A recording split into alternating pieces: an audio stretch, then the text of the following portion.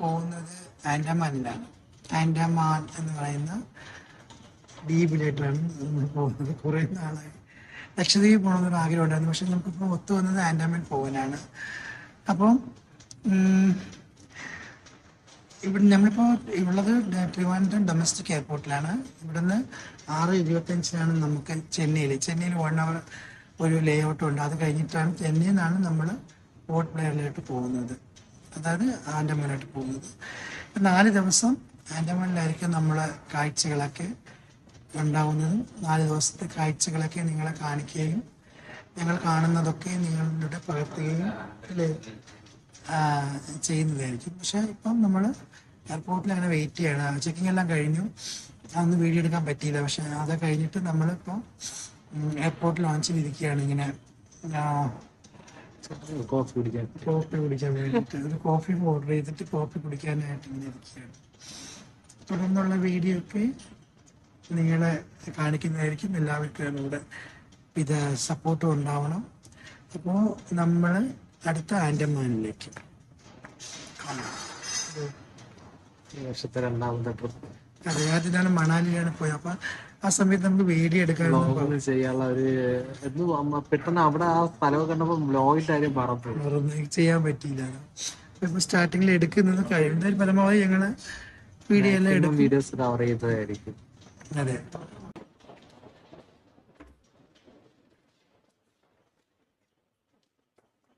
ഞങ്ങൾ ഇവിടെ ഒരു കോഫിയും ബ്രെഡ് ഓംലെറ്റും ഓർഡർ ചെയ്തിട്ടുണ്ടായിരുന്നു. അപ്പം അത്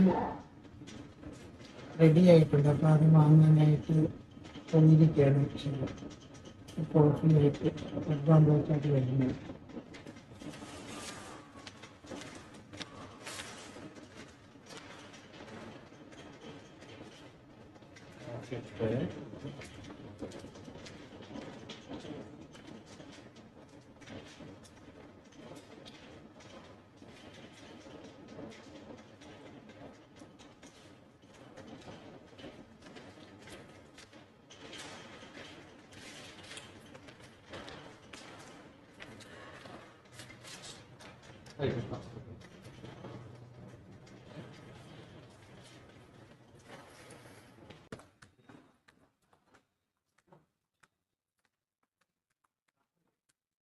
ഞങ്ങൾ ചെന്നൈ എയർപോർട്ടിൽ എത്തിയിട്ടുണ്ട്. ചെന്നൈയിലൊക്കെ 1 അവർ ലേ ഔട്ട് ഉണ്ട്. ഞങ്ങളുടെ ഈ എയർപോർട്ടിനകത്ത് ചുറ്റിക്കറിയ സഞ്ചരിക്കുന്നു. ഷോറൂമുകളുടെ സാധനം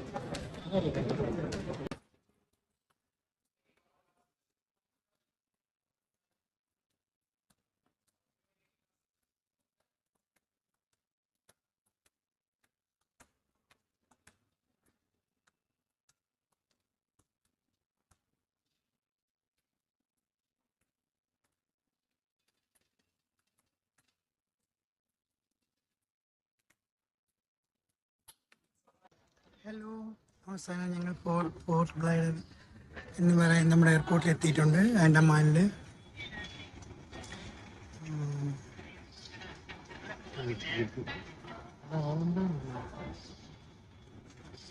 ആൻഡമാനിൽ നിൽക്കുന്നത് ചെറിയൊരു എയർപോർട്ടാണ്. നമ്മൾ അവിടെ വെയിറ്റ് ചെയ്യണം ആൻഡമാനിലേക്ക്.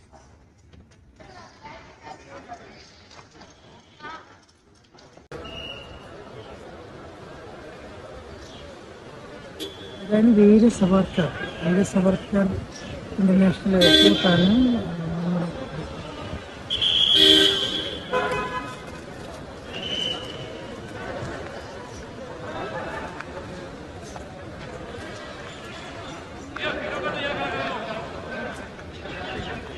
വീര സവർക്കർ കാണിച്ചത് ഇതാണ് വീര സർക്കാർ ഇന്റർനാഷണൽ എയർപോർട്ടാണ്.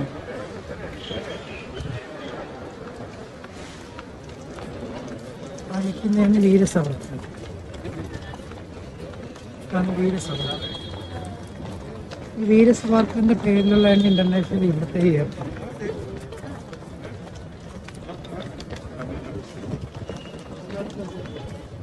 വീര സവർക്കർ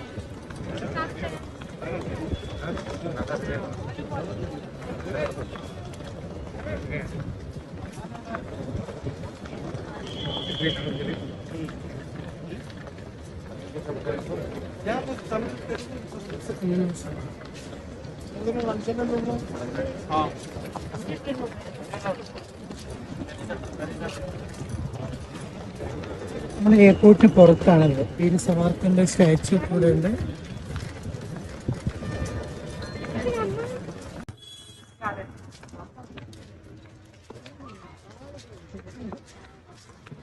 പോയി നോക്കാം.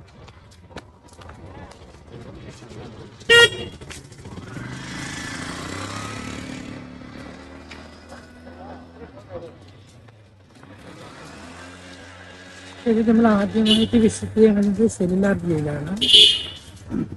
ബ്രിട്ടീഷുകാരുടെ ഭരണകാലത്ത് സ്വാതന്ത്ര്യ സമര സേനാനികളൊക്കെ തടവിൽ പാർപ്പിച്ചിരുന്ന ഒരു സ്ഥലമാണ്.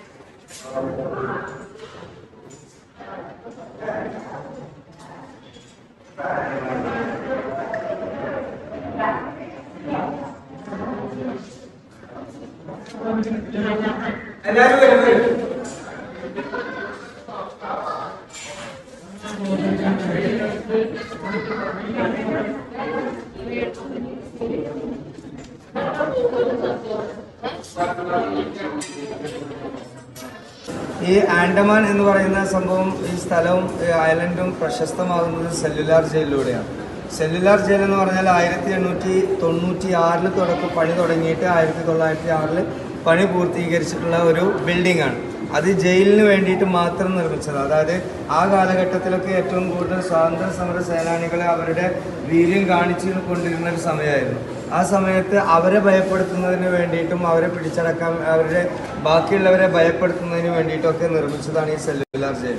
സെല്ലുലാർ ജയിലിലേക്ക് ഒരാളെ കൊണ്ടുവന്നു കഴിഞ്ഞാൽ പിന്നെ അതിന് തിരിച്ചു പോകാൻ കഴിയില്ല എന്നുള്ളതാണ്. ഒരാൾക്കും ഇവിടുന്ന് രക്ഷപ്പെടാൻ കഴിയില്ല. അത്തരത്തിലുള്ള ശിക്ഷാ രീതിയും അതുപോലെയുള്ള ഇങ്ങോട്ടുള്ള സഞ്ചാരയോഗ്യമായിട്ടുള്ള ഇല്ല. അന്ന് കപ്പലുകളോ കാര്യമായിട്ടൊന്നുമില്ല.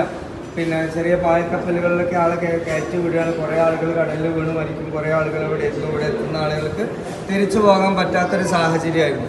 ഇവിടുത്തെ ഓരോ ശിക്ഷാ രീതികളും എന്തായിരുന്നു എന്നുള്ളതൊക്കെ നമുക്ക് ഇതിനകത്ത് കാണാൻ പറ്റും. ഇന്ത്യയിൽ നിന്ന് ഒരുപാട്, പ്രത്യേകിച്ച് കേരളത്തിൽ നിന്നൊക്കെ ഒരുപാട് ആളുകളെ ഇങ്ങോട്ട് കൊണ്ടുവന്നിട്ടുണ്ട്. അതുകൊണ്ട് തന്നെ കേരളത്തിലെ പല സ്ഥലങ്ങളും ഇവിടെയും ഉണ്ട് എന്നുള്ളതാണ്. ചെർപ്പശ്ശേരി, മണ്ണാർക്കാട് പോലെയുള്ള ഒരുപാട് സ്ഥലങ്ങൾ, തിരൂർ പോലെയുള്ള ഒരുപാട് സ്ഥലങ്ങൾ ഇവിടെ ഇപ്പോഴും ഉണ്ട്. അതുപോലെ തന്നെ സിഖുകാരുടെ, പഞ്ചാബുകാരുടെയും അതുപോലെ തന്നെ മഹാരാഷ്ട്രക്കാരുടെയും ഒക്കെ അവർ ഉപയോഗിച്ചിരുന്ന, ജീവിച്ചിരുന്ന ആ സ്ഥലങ്ങളുടെ പേരുകളും ഇവിടെ ഉണ്ട് എന്നുള്ളതാണ് പ്രത്യേകത. ഇവിടെ 7 ഇതളുകളായിരുന്നു ഈ സംഭവത്തിന് വന്നിട്ടുണ്ടായിരുന്നത്. അതായത് സെൻട്രലൊരു വാച്ചിങ്, എല്ലാവരും വീക്ഷിക്കാനുള്ള ഒരു സാധനം സെൻട്രൽ വരും. പിന്നെ 4 പുറത്തേക്കും 7 ഇതളുകളായിരുന്നു. ഈ 7 ഇതളുകളും 3 നിലയിലാണ് ഈ കെട്ടിടം വരുന്നത്. ഇതിലൊക്കെ ഓരോ ആളുകളെ, അതായത് സ്വാതന്ത്ര്യ സമര സേനാനികളെ പാർപ്പിച്ചിരിക്കുകയായിരുന്നു. ആ പാർപ്പിച്ച ഇവർക്ക് ഒരിക്കലും അടുത്ത ആളെ കാണാൻ കഴിയില്ല എന്നുള്ളതാണ്. അതായത് ഒരു ഇതളിൽ നിൽക്കുന്ന ആളുകൾക്ക് മറ്റിതളിലുള്ള താമസിക്കുന്ന ഇവരെ ആരും കാണാൻ പറ്റില്ല. കാണാൻ പറ്റുന്ന ഒരേ ഒരു നിമിഷം മാത്രമാണ്, അത് അവരെ തൂക്കിക്കൊല്ലാൻ കൊണ്ടുപോകുന്ന ആ നിമിഷം മാത്രമേ കാണാൻ പറ്റുന്നുള്ളൂ. അതുപോലെ തന്നെ ഇവിടെ നിൽക്കുന്ന ഈ ഒരു സെക്യൂരിറ്റി ഗാർഡിന് ഇവരെ എല്ലാവരെയും ഒരേ സമയം ഒരുപോലെ വീക്ഷിക്കാൻ കഴിയുന്നതാണ് ഇതിൻ്റെ പ്രത്യേകത. പിന്നെ ഭൂകമ്പങ്ങൾ വന്നിട്ടും സുനാമി വന്നിട്ടും അങ്ങനെയൊക്കെ ഒരുപാട് ഭാഗങ്ങൾ നശിച്ചു പോയിട്ടുണ്ട്.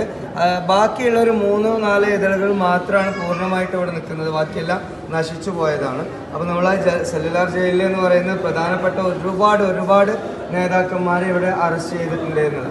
പിന്നെ വീർ സവർക്കറെയൊക്കെ അറസ്റ്റ് ചെയ്തതും ഇവിടെ ജയിലടച്ചതും കുറേ കാലം ഇവിടെ താമസിപ്പിച്ചതൊക്കെ ഇതിനകത്ത് തന്നെയാണ്.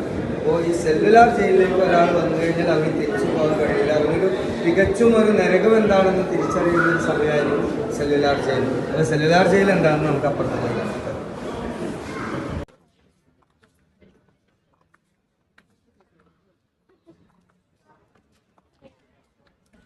ഇവിടെയാണ് ലൈറ്റ് ആൻഡ് സൗണ്ട് നമ്മൾ രാത്രി വരും, പിന്നല്ല ഉച്ചയ്ക്ക് വരും.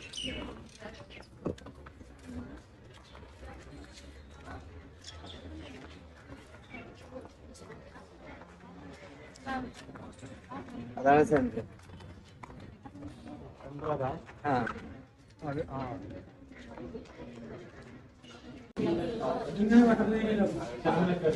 അല്ല ഇതിങ്ങനെ വെച്ച് അടിക്കുന്നത് ഓയിൽ മില്ലാണ്. ഓയിൽ മില്ലാണ്. ചക്കില്ലേ, ചക്ക.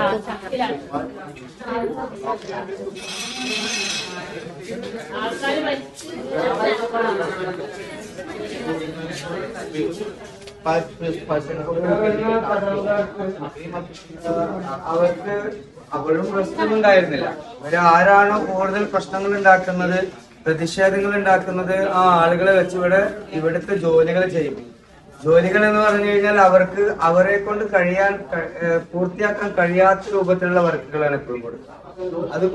അത് പിന്നെ രാവിലെ മുതൽ ഒരു റെസ്റ്റ് ഇല്ലാതെ പണിയെടുക്കും വേണം, വൈകുന്നേരം അത് പൂർത്തിയാകാത്തതിന്റെ പേരിൽ വലിയ ശിക്ഷയും കിട്ടുന്ന രൂപത്തിലായിരുന്നു അവര്. ഇതൊക്കെ ഓരോ സംഭവങ്ങൾ ഇടിക്കാനും പൊളിക്കാനൊക്കെ വേണ്ടിയിട്ട് നിർമ്മിച്ചിട്ടുള്ള ആ കാലഘട്ടത്തിലുള്ള ഒരു മിഷനറിയാണെന്ന് മാറി.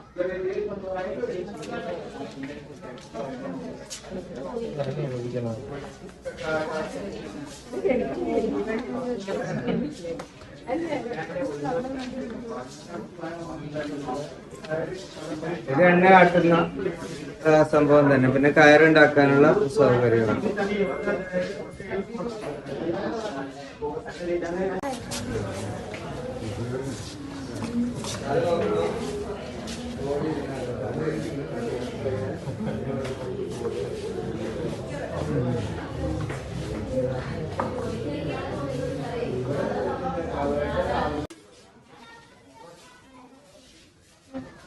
ഇവിടുത്തെ ശിക്ഷാരീതികളാണ് ഏറ്റവും കൂടുതൽ. അതായത് ഇവിടെ ശബ്ദമില്ലാത്ത, നിലവിളിയില്ലാത്ത സമയം സെല്ലുലാർ ജയിലിൽ ഉണ്ടായിരുന്നില്ല. അതായത് ഓരോ ആളുകളെ കൊണ്ടുവന്നു കഴിഞ്ഞാൽ ദിവസവും ഇവിടെ അറസ്റ്റ് ചെയ്യപ്പെട്ട ആളുകളെ അവർ പ്രതിഷേധം നടത്തിയാലും പ്രതിഷേധം നടത്തിയില്ലെങ്കിലും അറസ്റ്റ് ചെയ്യപ്പെട്ട ആളെ ദിവസവും ഇവിടെ കൊണ്ടുവന്ന് ഇതുപോലെ മറച്ചുപോയിരുന്നു. ഇതുപോലെ ഈ സംഭവത്തിൽ കെട്ടിയിട്ടുകൊണ്ട് പുറമെ നിന്ന് ചാട്ടവാറ് കൊണ്ട് അടിച്ച് രക്തം വരുന്നത് വരെ അടിച്ച് അവരെ നിലവിളിക്കാൻ കഴിയാത്ത രൂപത്തിലാക്കിയിട്ടാണ് അവരെ വീണ്ടും സെല്ലിലേക്ക് വിട്ടിരുന്നത് എന്നുള്ളതാണ് ഇതിലേക്ക്. ഒന്ന് വേദന കൊണ്ട് വല്ലാതെ വേദനിച്ചു കഴിഞ്ഞാൽ അത് ശരീരം കൊണ്ടൊന്ന് ബാലൻസ് ചെയ്യാൻ പോലും പറ്റാത്ത രൂപത്തിലാണ് ഈ ഒരു രൂപത്തിൽ കിട്ടിയിട്ടുണ്ടായത്.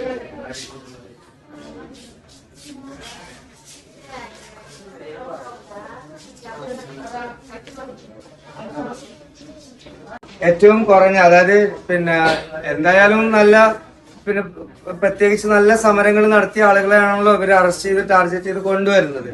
അതിൽ തന്നെ ഇവിടെ വന്നു കഴിഞ്ഞാൽ പ്രതിഷേധങ്ങൾ നടത്തുന്ന ആളുകളിൽ ഏറ്റവും കുറഞ്ഞ ശിക്ഷാരീതി ഇതാണ്. അതായത് ചങ്ങലയിട്ട് 2 കാലിലും ചങ്ങലയിട്ട് നടത്തുന്ന 6 മാസത്തോളം ഇങ്ങനെ നടന്നു.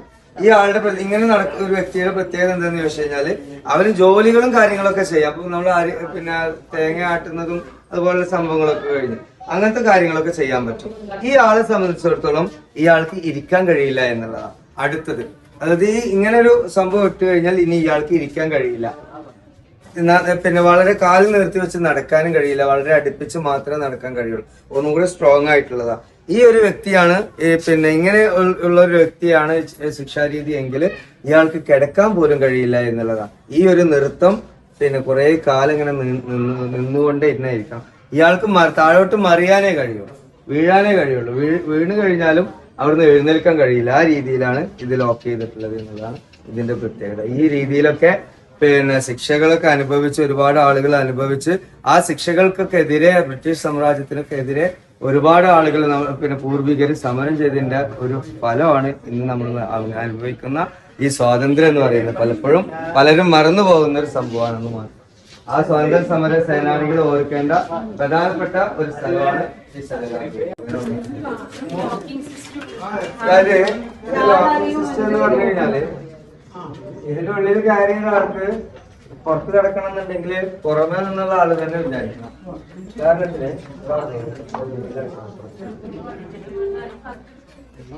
ഇതാണ് ലോകം.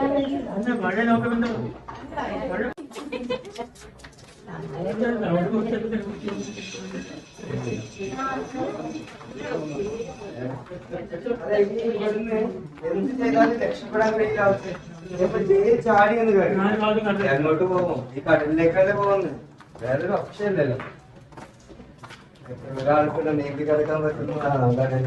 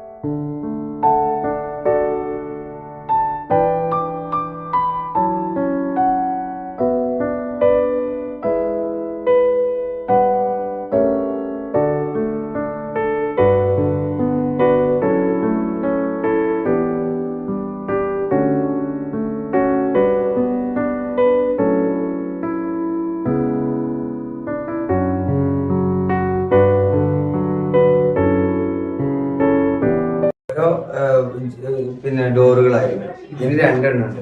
ഇതൊന്നുണ്ട്, പുറത്ത് അപ്പുറത്തും ഒന്നുണ്ട്. ഇനിയിപ്പോ ഇതൊന്ന് ബ്ലാക്ക് ചെയ്താൽ പോലും അപ്പുറത്തെ ബ്ലാക്ക് ചെയ്യാൻ പറ്റില്ല. ആ രൂപത്തിലാണ് ഈ ഒരു സെല് നിർമ്മിച്ചിട്ടുള്ളത്. പിന്നെ വീർ സവർക്കർ ഏകദേശം 3 വർഷത്തോളം അദ്ദേഹം ഇവിടെ കടന്നിട്ടുണ്ട്. പിന്നെ അവസാനം പിന്നെ സുഭാഷ് ചന്ദ്രബോസിന്റെ കാലഘട്ടമൊക്കെ വരെയൊക്കെ കുറെ ത്യാഗങ്ങളും ഇതൊക്കെ അനുഭവിച്ചിട്ടുണ്ട് എന്നുള്ളതാണ്. അവർക്ക് കൊടുക്കുന്ന 2 പാത്രങ്ങൾ ഇതാണ് നമ്മൾ നേരത്തെ പറഞ്ഞത്. ഈ മലമൂത്ര വിസർജനത്തിനും അതുപോലെ തന്നെ ഇത് ഭക്ഷണത്തിനും. പിന്നെ അവർക്ക് കൊടുത്തിരുന്ന കമ്പിളിയാണത് കാണുന്നത്. അപ്പൊ അതൊക്കെ ഉപയോഗിച്ചിട്ടുണ്ട്.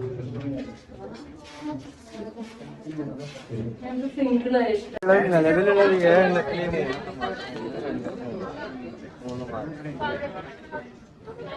സുനാമി വന്ന് പൊളിഞ്ഞു പോയതാണ്.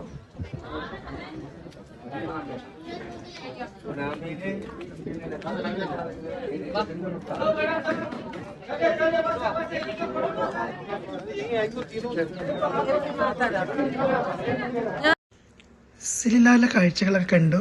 കാണ്ടഹാർ ജയിലിലെ കാഴ്ചകൾ നമ്മൾ കണ്ടു. വളരെ ഹൃദയമനയിക്കുന്നതും മനസ്സലിയുന്നതുമായ ഹൃദയവചനമായ വേദനജനകമായ സീനുകളൊക്കെ നമ്മൾ മനസ്സിലാക്കി. ബ്രിട്ടീഷുകാർ നമ്മളോട് കാണിച്ച അതിക്രൂരതയുടെ സ്മാരകമായി ഇന്നും നിലകൊള്ളുന്ന സെല്ലുലാർ ജയിലിലെ കാഴ്ചകൾ നമ്മൾ കണ്ടു. അടുത്തൊരു ഐലൻഡിലെ വിശേഷവുമായി ഞാൻ നെക്സ്റ്റ് വീഡിയോയിൽ വരുന്നതായിരിക്കും. അപ്പോൾ നിങ്ങൾ എൻ്റെ വീഡിയോ ഇഷ്ടപ്പെട്ടെങ്കിൽ ബെല്ലൈക്കൺ അമർത്തുക, സബ്സ്ക്രൈബ് ചെയ്യുക, ഷെയർ ചെയ്യുക. നിങ്ങളുടെ സപ്പോർട്ടും നിങ്ങളുടെ സഹകരണമാണ് ഞാൻ ഇനിയും കൂടുതൽ വീഡിയോകളൊക്കെ ചെയ്യാനും എൻ്റെ ഇഷ്ടം അനുസരിച്ചുള്ള എൻ്റെ രീതിക്ക് ഞാനൊരു നല്ല രീതിയിൽ ചെയ്തിട്ടുണ്ടെന്ന് വിശ്വസിക്കുന്നു. എല്ലാവരും കണ്ട് അനുഗ്രഹിക്കുക, സപ്പോർട്ട് ചെയ്യുക.